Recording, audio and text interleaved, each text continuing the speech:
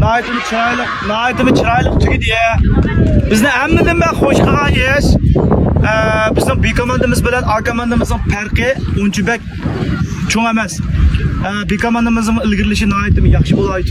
Bu bizni bütün ota-onalarning klubni hammadan hoş qilgan ish shu. O'shandaqma mayli sizlar 3-chi talashinglar, mayli biz 1-chi talashaylik. Bizning klub uchun bu bek cho'ng natija. O'shandaqmi? Bence olsaydı bir klubdan kelgan ikki komandaning bence olsaydı uchrashmoqligi, bunda bir do'stona, ota-ona, jo'liyalarning guvohligida bunda bir yaxshi natijani olmoqqa hamma klub nasib bo'lgan ish emas. Hamma tirishvatsizlar, ota-onalarni qo'llayotdi, klub sizlar shu sharoitni yaratib beryotdi.